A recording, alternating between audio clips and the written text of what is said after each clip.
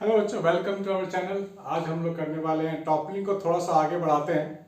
हम लोगों ने टॉपलिंग पिछले बार किया था फ्लैट सरफेस के लिए, और अभी हम लोग टॉपलिंग करने वाले हैं किसी इंक्लाइन प्लेन के लिए भी, और कुछ क्वेश्चंस भी करके देखेंगे कि टॉपलिंग के क्वेश्चन आए तो किया कैसे जाए। ठीक है बच्चों, तो आपको बने रहना है और देखते रहना है। तो जब भी टॉपलिंग की बात करते हैं तो बच्चों को दिक्कत होती है टॉर्क कैसे लगाएं, फ्रिक्शन कैसे दिखाएं, और बैलेंसिंग टॉर्क कैसे लगाएं, कितने हाइट पे टॉर्क लगाएं या फोर्स लगाएं ताकि वो टॉपलिंग हो जाए या टॉपलिंग से बच जाए। ध्यान से देखना है बच्चों। तो सबसे पहले हम लोग सीखने वाले हैं कि हमारे पास एक सरफेस है जो इंक्लाइन प्लेन वाला सरफेस है। हमारे पास जो सरफेस है वो इंक्लाइन प्लेन वाला सरफेस है ऐसा, और यहां पे एक ब्लॉक पड़ा हुआ है ऐसे, दिस इज द ब्लॉक। और यहां पे आपको दिखाना है कि नॉर्मल फोर्स किधर होगा, वेट किधर होगा। तो जो mg sin थीटा है वो तो खैर सेंटर पे लगाएंगे हम लोग दिस वे। और फ्रिक्शन हम लोग कैसे दिखाएंगे, स्लैटिंग टेंडेंसी नीचे है तो फ्रिक्शन हम लोग ऐसे दिखाएंगे। ठीक है, और नॉर्मल कांटेक्ट फोर्स इसके डिस्टेंस x पे दिखा दिया, ये डिस्टेंस x है, और यहाँ पे हम लोगों ने दिखा दिया नॉर्मल कांटेक्ट फोर्स। ठीक है, x पे, और mg cos थीटा भी इसके सेंटर पे दिखाएंगे ऐसे, this is the general convention. ठीक है ना, ये थीटा हमारे पास है। ठीक है, तो यहां पर इस केसेस में हम लोग करेंगे क्या, आपको देखना है कि सेंटर के अबाउट में अगर आप टॉर्क लगाते हो तो n ऐसे रोटेट करना चाहेगा बॉडी को, और ये f ऐसे रोटेट करना चाहेगा, है ना। n वाला रोटेशन ये है और फ्रिक्शन वाला रोटेशन ये है। अगर दोनों आपस में बैलेंस करते हैं तब तो ये टॉपलिंग से बच जाएगा, बॉडी टॉपल नहीं करेगा। तो हम लोग लिख सकते हैं n into x is equal to f into, और ये जो हाइट है, जो भी हमारा जो बॉडी का सेंटर है वे है हमारे पास सपोज a।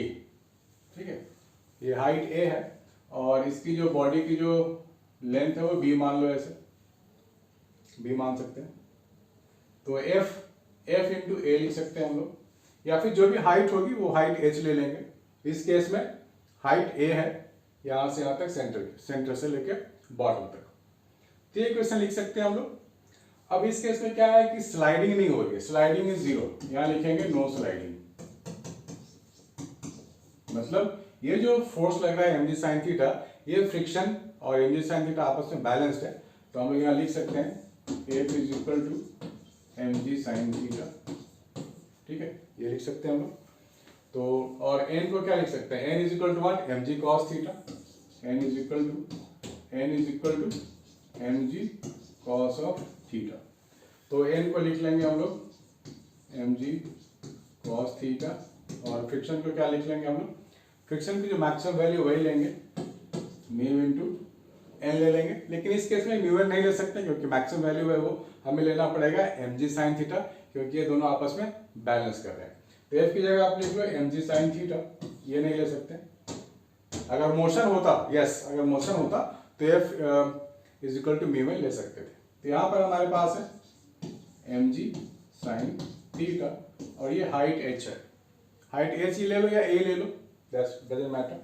mg और mg हमारा चला गया, तो x इज इक्वल टू मिल जाएगा tan theta into h, small a, tan theta into small a। तो ये आपके लिए कंडीशन है टॉपलिंग के लिए कि just toppling about to happen. अभी x की वैल्यू कितनी हो सकती है, s की वैल्यू मैक्सिमम यहाँ b/2 हो सकती है, तो आप इसको यहाँ पर b/2 लिख सकते हो, that is tan theta into a, ये लिख सकते हो आप अधिक से अधिक। तो ये आपके पास एक कंडीशन आ गया। ठीक है ना, या फिर आपसे एंगल भी मांग सकता था, angle for toppling b/2a is equal to tan theta. तो थीटा क्या होगा, tan इनवर्स b/2a। ठीक है, तो इस एंगल पे आप बोल सकते हो कि toppling is about to happen. ठीक है, ये एंगल हम लोग फाइंड कर लिया बड़ी आसानी से। तो इसको आप लोग नोट करो, ये काफी इंपॉर्टेंट चीज है। अभी कुछ क्वेश्चंस भी हम लोग करके देख लेते हैं।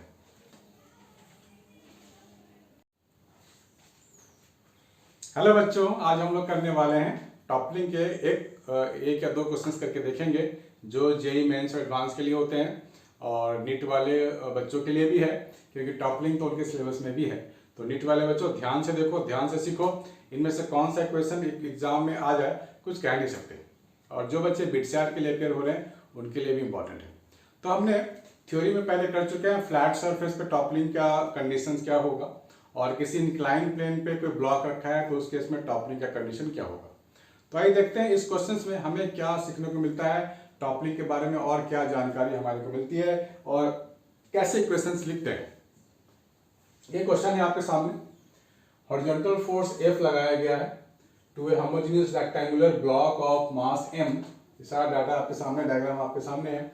What is the greater height h at which the force can be applied so that the block will slide without tipping over।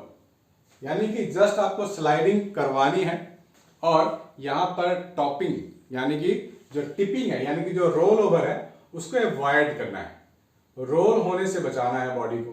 ठीक है ना, बात समझ में आ रही है। तो पहले क्वेश्चंस को आप समझ गए होंगे, तो पहले डायग्राम को आप रीड्रॉ कर लो। ये हमारे पास ब्लॉक है, ये ब्लॉक है हमारे पास, इसकी हाइट गिवन है, दिस इज कैपिटल H, और यहाँ कहीं पे इसका सेंटर होगा, सीधी सी बात है। तो सेंटर के लिए क्या करेंगे, mg इधर लगाएंगे हम लोग। ठीक है, देखो हमारे को जब ये बोला जाए अगर कोई एक्सटर्नल फोर्स इस पे ना लगे, अगर एक्सटर्नल फोर्स ना लगे तो हम लोग क्या करेंगे, फ्रिक्शन भी यहाँ नहीं दिखा पाएंगे, friction will also be zero. लेकिन जो नॉर्मल फोर्स होगा वो बिल्कुल सेंटर से ही पास करेगा। मेरी बात ध्यान से सुनना, अगर कोई एक्सटर्नल फोर्स ना लगे तो ये जो नॉर्मल फोर्स है ना बिल्कुल बीचों बीच सेंटर ऑफ ग्रेविटी पे लगेगा और उसी से पास करेगा।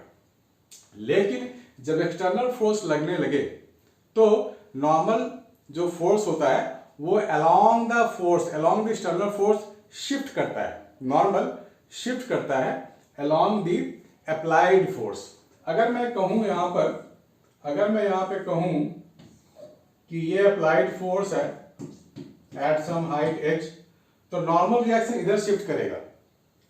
ठीक है ना, नॉर्मल रिएक्शन इधर शिफ्ट करेगा और मैक्सिमम कहां तक जा सकता है, ये मान लो सेंटर है तो नॉर्मल मैक्सिमम यहां लग सकता है, नॉर्मल फोर्स मैक्सिमम यहीं तक शिफ्ट करेगा। पहले यहां लग रहा था, इस केस में जब एक्सटर्नल फोर्स था ही नहीं तो ये मैक्सिमम यहां लग सकता है। तो मैं मैक्सिमम केस ले रहा हूं ताकि मैं टिपिंग ओवर को अवॉइड कर सकूं, बचा सकूं, क्योंकि यहां पे बोला गया है स्लाइड विदाउट टिपिंग, तो मैं टिपिंग वाले कंडीशंस को अवॉइड करूंगा। This is your frictional force, ठीक है, और ये क्या होगा, this is weight of the body. ठीक है, ये वेट ऑफ द बॉडी है। तो इस केस में मैं यहाँ पे एक पॉइंट ए आप डिफाइन कर लो, this is your point A, और इसके अबाउट में आप लगा दो टॉर्क वाला कंडीशन और बैलेंस कर दो, टॉर्क को बैलेंस कर दो तो टिपिंग नहीं करेगा। ठीक है, तो हमने यहाँ पर सारी पॉसिबिलिटी को खत्म कर दी टिपिंग करने वाला, क्योंकि बोल रहा था टिपिंग ओवर नहीं चाहिए, स्लाइड चाहिए, बस स्लाइड करा दो। तो फॉर स्लाइड या फिर यूं कह लो जस्ट स्टार्ट द स्लाइड, हम लोग यहां से काम कर सकते हैं, this is f and this is mu into mg, ये ले सकते हैं क्योंकि n is equal to mg है। तो ये कंडीशन हम लोग यहां पर ले सकते हैं। तो जब a के अबाउट में टॉर्क लगाएंगे तो ये डिस्टेंस हमें कितना लेना पड़ेगा, b/2 लेना पड़ेगा, क्योंकि ये पूरा b है, mg तो सेंटर पे लगेगा, ये b/2 हो गया। तो mg वाला टॉर्क इधर रोटेट करना चाहेगा अबाउट a, और फोर्स वाला ये वाला टॉर्क इधर रोटेट करना चाहेगा बॉडी को। ठीक है ना, इसी को अगर मैं बैलेंस कर दूं तो टिपिंग ओवर, जो विदाउट टिपिंग ओवर है वो केस मुझे मिल जाएगा। तो मैं क्या लिखूंगा, F इंटू एच, ठीक है ना, ये F है और ये H है, ये इतना H है, और is equal to mg into b/2। ठीक है, mg इंटू b/2। अब F को आप म्यू mg लिख सकते हो, क्योंकि यहाँ पर हम लोग मैक्सिमम वाला केस काम कर रहे हैं। जब दोनों फोर्स इक्वल हो जाए तो maximum force about to slide है, तो आप F की जगह म्यू mg लिख सकते हो, क्योंकि ये इसके इक्वल है और ये इसके इक्वल है। इंटू h कर दो, दिस इज mg b/2 कर दो। ठीक है, यहाँ मैक्सिमम का काम कर रहे हैं, क्योंकि यहाँ पर मेरे को मैक्सिमम हाइट चाहिए ताकि भाई टिपिंग ओवर बच जाए हमारा। तो mg तो चला गया, तो h की वैल्यू हो गई b/2 म्यू। ठीक है ना, b/2 म्यू के गिवन है काइनेटिक, यानी कि बॉडी अबाउट टू स्लाइड है, तो आप यहाँ म्यू के लिखोगे, यहाँ भी म्यू के कर दो। So this is a greater height, ये ग्रेटेस्ट हाइट है। इससे ज्यादा हाइट अगर आप दोगे, इसके ऊपर अगर आप फोर्स लगाओगे, थोड़ा सा भी निकला, थोड़ा सा भी इसके ऊपर फोर्स लगाओगे तो टॉपल कर जाएगा। तो पहला पार्ट जो आपसे मांग रहा था ना, what is the greater height eight which the force F can be applied so that the block will slide without tipping over, ये आपको मिल गया कंडीशन H/2 म्यू के। ठीक है, ये केस आपको मिल गया बच्चों, ठीक है ना। तो पहला केस आपको हो गया है, ठीक है, बिल्कुल बहुत ही अच्छा सा डायग्राम है। इसको आप एक और मेथड से भी कर सकते थे, ठीक है ना, एक और मेथड से किया जा सकता है। आप ध्यान से देखो, दिस इज फ्रिक्शन वाला फोर्स, ठीक है ना, और एन इधर वाला फोर्स, ठीक है। तो चलो पहले इसको आप ड्रॉ करो, मैं इसको कुछ चेंजेस करने वाला हूं, इसको आप ड्रॉ कर लो, फिर मैं आगे बताता हूं। ठीक है बच्चों, देखो इसका दूसरा मेथड से भी किया जा सकता है। तो मैं डायग्राम को थोड़ा सा मॉडिफाई कर रहा हूँ, ये एरोज वैरोज सब हटा रहा हूँ मैं, ठीक है ना, एरोज हटा रहा हूँ, और आपको ध्यान से देखना पड़ेगा। इसको आप आगे तक ले जाओ, इस हाइट एच वाला को हमने यहाँ तक ले आए, तो फ्रिक्शन इधर है और ये इधर है, फ्रिक्शन वाला फोर्स इधर है, ठीक है ना, और नॉर्मल फोर्स इधर है। तो इन दोनों का जो resultant, this is normal n है, इन दोनों का जो रिजल्टेंट होगा ना, वो बिल्कुल इससे जाएगा और इससे मैच करेगा, इसके यहाँ पर इंटरसेक्शन से मैच करेगा। तो यहाँ पे एक एंगल दिखा सकते हो थीटा, ठीक है, दिखा सकते हैं थीटा, मैच करेगा, चलो अच्छी बात है। तो एक राइट एंगल ट्राइंगल हो गया, ये एक राइट एंगल ट्राइंगल हो गया। तो यहाँ पर क्या लिखेंगे, इसको मैं हटा देता हूँ, फुल आप लोग नोट कर लिया होगा। यहाँ मैं लिख सकता हूँ tan थीटा, tan थीटा क्या होगा, परपेंडिकुलर बाय बेस, यानी कि b/2 परपेंडिकुलर हो गया, और ये कितना h है, ये h हो गया, बढ़िया। और इसको आप और क्या लिख सकते हो, tan theta is equal to, ये कौन सा फोर्स है, ये कौन सा फोर्स है, फ्रिक्शन वाला, ये तो फ्रिक्शन वाला फोर्स है, यानी कि फ्रिक्शन फोर्स। और नीचे क्या है, ये n तो ये वाला फोर्स है, इस तरफ वाला, तो इधर आप n ले सकते हो ना, parallel vectors are taken to be same, इधर n ले सकते हो, पैरेलल वेक्टर, मैं पैरेलल वेक्टर की बात कर रहा हूँ, ज्यादा उसमें कुछ नहीं होता है, दिस इज दिस वन। अब इन दोनों को मैं इक्वेट कर सकता हूँ, इन दोनों को इक्वेट कर सकता हूँ, तो क्या लिखूंगा, b/2h f/n, ठीक है ना, और f को क्या लिखूंगा मैं, म्यू के mg लिखूंगा, म्यू के mg लिखूंगा, और n को लिखूंगा is equal to mg cut गया। तो यहां पर मेरे को जो h मिलेगा वो मिल गया b/2 म्यू के, है ना। दो तरीके से हम लोगों ने इसको अंजाम दे दिया, कर लिया, ताकि दोनों मेथड हमारे को पता हो। क्या पता डायग्राम वाला बाद में हमें इजी लगने लगे, तो बच्चों दो मेथड सॉल्व करने का मजा ही अलग है। चलो इसको नोट कर लो, फिर हमें करनी है बी पार्ट और सी पार्ट, इसको लिख लो जल्दी से, ठीक है बच्चों। चलो बी पार्ट करके देखते हैं, बी पार्ट में क्या बोला गया हमारे को। बी पार्ट में बोला गया है, through which point on the bottom face of the block, through which point on the bottom face of the block will the resultant of friction and normal force act, ठीक है ना, of the through which point, वो point आपसे मांग रहा है, कहां लगेगा वो फोर्स, नॉर्मल फोर्स। अगर height capital H/2 is equal to small h रख दिया जाए तो कहां लगेगा, ध्यान से देख लेते हैं, ध्यान से देख लेते हैं कहां लगेगा। इसको मैं हटा देता हूं फिलहाल, क्योंकि सारे डायग्राम को रीड्रॉ कर लेते हैं फिर, क्योंकि यहां पर नॉर्मल फोर्स का ये बोल रहा है कहां लगेगा आपको बताना है।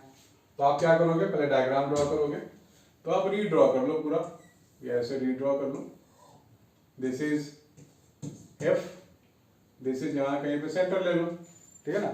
n कहां दिखाएं, n आप नॉर्मली ऐसे दिखा दो, और ये डिस्टेंस आप ले लो x, ठीक है ना, और यहां पे फ्रिक्शन दिखा दो आप, और यहां पे वेट दिखा दो आप, ऐसा, ठीक है।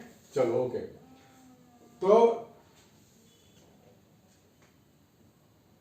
तो यहां बोला गया है, यहां पे बोला गया कहां लगेगा ये बताइए। तो ये जो सेंटर C है, इसके अबाउट में अगर हम लोग टॉर्क लगा ले और बैलेंस कर ले तो काम हो जाएगा हमारा, ठीक है ना।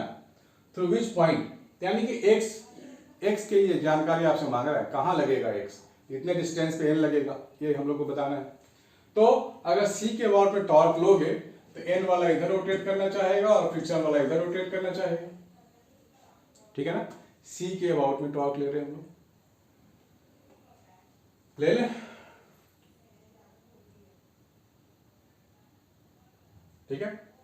और जब हम लोग सी के अबाउट में बातें करेंगे तो वो सेंटर हो गया, और हमारे को जो यहां पे दिया गया है वो h/2 है, ठीक है ना। तो h/2 यानी कि ये भी सेंटर से पास करने लग गया, कैपिटल H भी सेंटर से पास करने लग गया, क्योंकि ये तो बिल्कुल h/2 पे ही लगेगा। तो यहाँ पे दो ही टॉर्क आपको मिला ना, n into x is equal to f into h/2, यही मिला आपको। तो यहाँ पे जो नॉर्मल रिएक्शन होगा वो तो mg है, नॉर्मल रिएक्शन क्या है वो तो mg है, ये है। और f क्या है, फ्रिक्शन, फ्रिक्शन क्या है मेरे पास, म्यू के mg है इंटू h/2, ठीक है ना। तो mg और mg तो गया, तो यहाँ से x आपको मिल गया म्यू के h/2, मतलब इतने डिस्टेंस पे आपको नॉर्मल फोर्स मिलेगा, ठीक है ना, इतने डिस्टेंस पे आपको नॉर्मल फोर्स मिलेगा। तो हम बोल सकते हैं through this point normal force will pass through, ठीक है। और जब सी ब्लॉक की बात होगी, सी पार्ट की बात होगी, एक बार ध्यान से क्वेश्चंस को पढ़ो कि सी पार्ट में क्या मांगा गया आपसे, सी पार्ट में क्या मांगा गया है, ठीक है। सी पार्ट में आपसे क्या मांगा गया है, ये कह रहा है कि the block is at rest and coefficient of static friction. देखो यहाँ पे स्टैटिक की बात हो रही है, ब्लॉक रेस्ट पे है। What are the various criteria for sliding.